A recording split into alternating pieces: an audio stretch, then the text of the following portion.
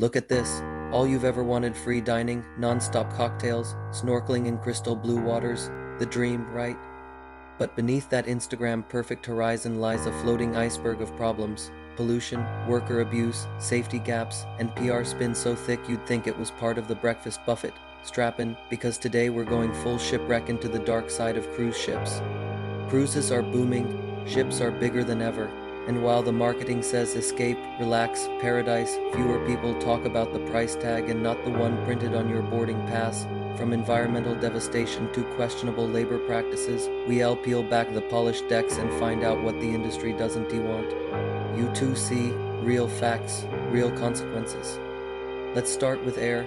In 2022, 214 cruise ships in Europe emitted over 500 tons of sulfur oxides, nearly 20,000 tons of nitrogen oxides, and hundreds of tons of fine particulate matter around European ports. Compared to 2019, emissions have only gone up.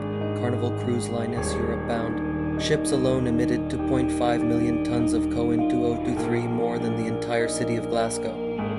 They've even tried rebranding with clean liquefied natural gas, but methane slip makes that claim as believable as a lobster buffet at 3 m. Sulfur emissions from European cruises were equivalent to those from about 1 billion cars.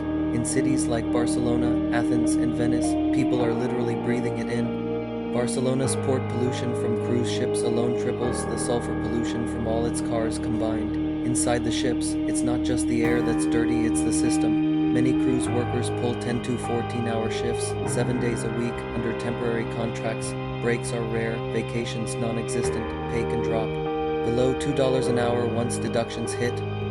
Crew live in cramped, windowless quarters, often 4 months at a time, with little access to medical care or sunlight. Exhaust fumes, constant noise, and long exposure to vibration all add up to major health risks.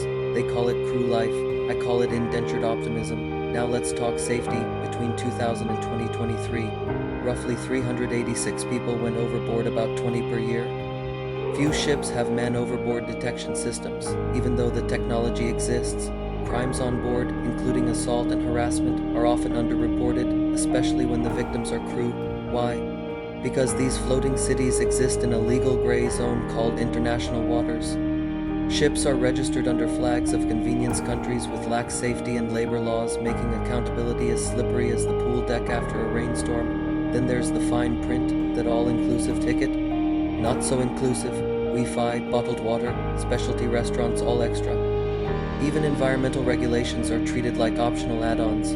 Ships use scrubbers to clean air emissions, but the sludge often ends up dumped into the ocean. Some ports welcome cruise traffic for tourism dollars even while locals choke on pollution. Carnival made nearly $2 billion in profit last year, but transparency and accountability? Not exactly part of the package deal. There are glimmers of change.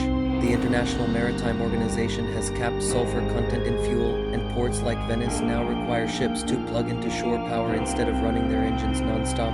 That cut port emissions by up to 80%. But solutions are moving slower than the damage. LNG still leaks methane. Worker protections remain weak. Emission reporting is opaque.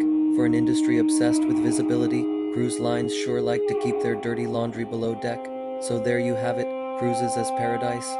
Maybe cruises as an industry built on loopholes, pollution, and exploitation. Absolutely, the ocean isn't the only thing that's deep and murky. Coming up, our full investigation will dig even deeper into court records, whistleblowers, and the billion-dollar business behind the fantasy. If you care about clean air, fair labor, and safer travel, stay tuned, hit subscribe, share this, and let's shine a light where the sun doesn't reach. The cruise industry, smooth seas, rough truths.